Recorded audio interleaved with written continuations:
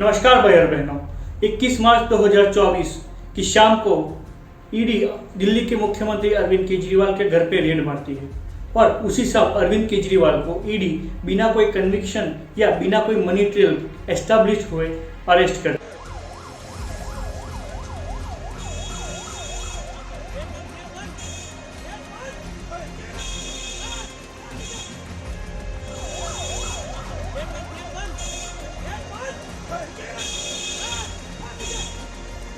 दोस्तों, अरविंद केजरीवाल की ये गिरफ्तारी 4 लोगों के स्टेटमेंट के बेसिस पे की जाती है। इनमें से 2 बड़े नाम है राघव मुकुंटा रेड्डी जो कि एक सांसद है, उनके बेटे होते हैं, और दूसरे होते हैं पी शरद चंद्र रेड्डी जो कि ऑरबिंदो फार्मा कंपनी के फाउंडर के बेटे और ऑरबिंदो फार्मा कंपनी के डायरेक्टर थे। दोस्तों, इन दोनों के स्टेटमेंट की क्रेडिबिलिटी पे सवाल उठते हैं। दोस्तों, जैसे ही सुप्रीम कोर्ट ने इलेक्टोरल बॉन्ड्स की डोनर लिस्ट को पब्लिक करवाया, एक बहुत बड़ी कॉन्स्पिरेसी हमें देखने को मिली। और इस कॉन्स्पिरेसी को समझाने से पहले मैं धन्यवाद करना चाहूँगा उन सुप्रीम कोर्ट जजेस का कि जिनकी वजह से आज हमें ये कॉन्स्पिरेसी का पता चल पाया है। दोस्तों, आइए जानते हैं कि आखिर इन दोनों के स्टेटमेंट की क्रेडिबिलिटी पे सवाल क्यों उठ रहे हैं। दोस्तों, हम पहले बात करेंगे ऑरबिंदो फार्मा कंपनी के डायरेक्टर पी शरद चंद्र रेड्डी के बारे में, जो कि गवर्नमेंट अप्रूवर है, जिनके बेसिस पर अरविंद केजरीवाल को अरेस्ट किया गया। दोस्तों, 9 नवंबर 2022 के दिन पी शरद चंद्र रेड्डी के यहाँ ईडी की रेड पड़ती है और 10 नवंबर 2022 के दिन ईडी उनको मनी लॉन्ड्रिंग के चार्जेस में अरेस्ट करती है। दोस्तों, अब स्टार्ट होता है असली खेल। दोस्तों, जैसे ही 10 नवंबर 2022 को ईडी पी शरद चंद्र रेड्डी को अरेस्ट करती है, उसके ठीक 4 दिन बाद यानी कि 15 नवंबर 2022 को ऑरबिंदो फार्मा कंपनी, जो कि पी शरद चंद्र रेड्डी की कंपनी है, वो कंपनी बीजेपी को इलेक्टोरल बॉन्ड्स के थ्रू 5 करोड़ रुपए का डोनेशन देती है। जी हाँ दोस्तों, अब आप क्रोनोलॉजी समझिएगा। 10 नवंबर 2022 को वो अरेस्ट होते हैं। उसके 4 दिन बाद 15 नवंबर 2022 को उनकी कंपनी बीजेपी को 5 करोड़ रुपए का डोनेशन देती है और ईडी फिर भी 5 महीने तक उनसे इन्वेस्टिगेट करती है और इन 5 महीनों में दिए गए स्टेटमेंट में वो अरविंद केजरीवाल का जिक्र कहीं भी नहीं करता। और दोस्तों, 5 महीने जेल में रहने के बाद आखिरकार वो हिम्मत हार जाते हैं और उनकी हालत को अगर किसी कवि को बोला जाए कि उनकी हालत का वर्णन करे तो वो कवि कुछ इस तरह करेगा। पी शरद चंद्र रेड्डी की हालत कुछ इस तरह थी कि वो बोलेंगे कि तू मुझे गुनहगार साबित करने की जहमत न उठा,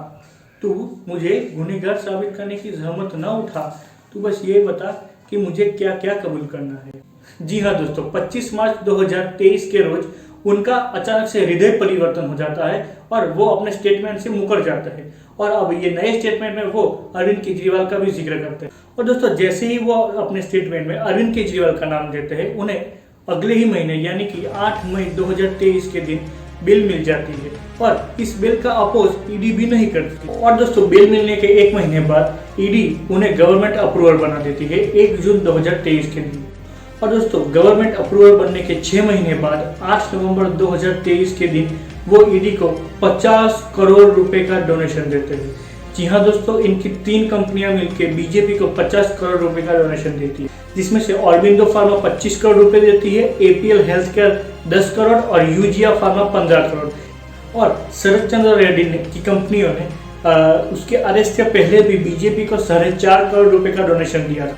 तो इन टोटल शरद चंद्र रेड्डी की कंपनियों ने लगभग 60 करोड़ रुपए बीजेपी को डोनेट किए थे इलेक्टोरल बॉन्ड्स के थ्रू, जिसमें से 55 करोड़ रुपए उसके अरेस्ट होने के बाद डोनेट किए गए थे बीजेपी को। दोस्तों, इस कॉन्स्पिरेसी का एक्सपोज होने के बाद बीजेपी और ईडी दोनों पर काफी सवाल उठते हैं। पहला तो ईडी की निष्पक्षता पर भी सवाल उठता है कि ईडी ये सब जानकारी होने के बावजूद अभी तक क्यों बीजेपी के खिलाफ कोई एक्शन नहीं लिया। अगर ईडी मनी ट्रेल खोज रही है तो ईडी को साफ दिखाई क्यों नहीं देता कि मनी ट्रेल तो बीजेपी की तरफ जा रहा है।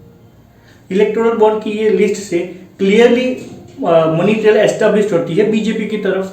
तो क्या ईडी अब भारतीय जनता पार्टी के प्रेसिडेंट जेपी नड्डा को अरेस्ट करेगी? बीजेपी को, देश की जनता को ये बताना पड़ेगा कि आखिरकार तथाकथित शराब घोटाले के मुख्य आरोपी पी शरद चंद्र रेड्डी की कंपनी से बीजेपी ने 55 करोड़ रुपए क्यों लिए।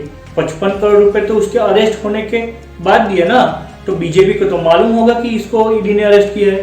तो आखिर बीजेपी ने यह पैसा क्यों लिया?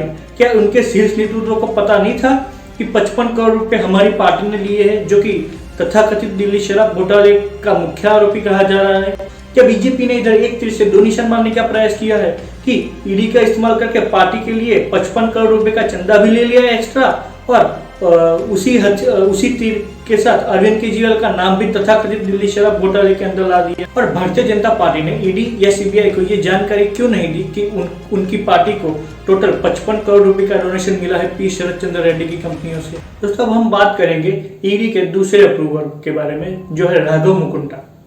दोस्तों, राघव मुकुंटा सांसद मुकुंटा रेड्डी के बेटे हैं। दोस्तों, मुकुंटा रेड्डी उस वक्त वाईएसआरसीपी से सांसद थे। दोस्तों, ईडी इन पिता पुत्र से भी पूछताछ करती है और ये पिता पुत्र मिलकर कुल 10 स्टेटमेंट देते हैं।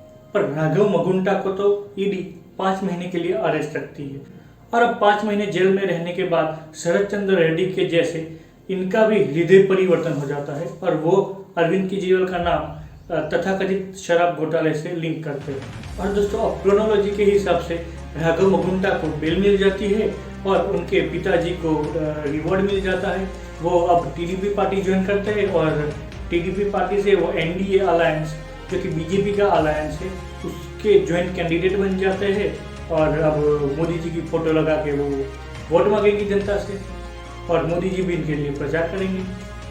तो दोस्तों, अब आप कमेंट करके बताइए, क्या ये दोनों स्टेटमेंट क्रेडिबल है? कि ये दोनों स्टेटमेंट के थ्रू किसी सिटिंग चीफ मिनिस्टर को अरेस्ट किया जा सकता है? क्या ईडी इधर निष्पक्ष जांच कर रही है? और क्या बीजेपी इंटरफियर नहीं कर रही है जांच में? और हाँ, भारतीय जनता पार्टी से एक सवाल करना मत भूलना कि आखिरकार उन्होंने तथाकथित शराब घोटाले के मुख्य आरोपी पी शरद चंद्र रेड्डी से 55 करोड़ रुपए की रिश्वत क्यों ली? मिलते हैं अब दूसरे वीडियो में, तब तक के लिए बहुत बहुत धन्यवाद।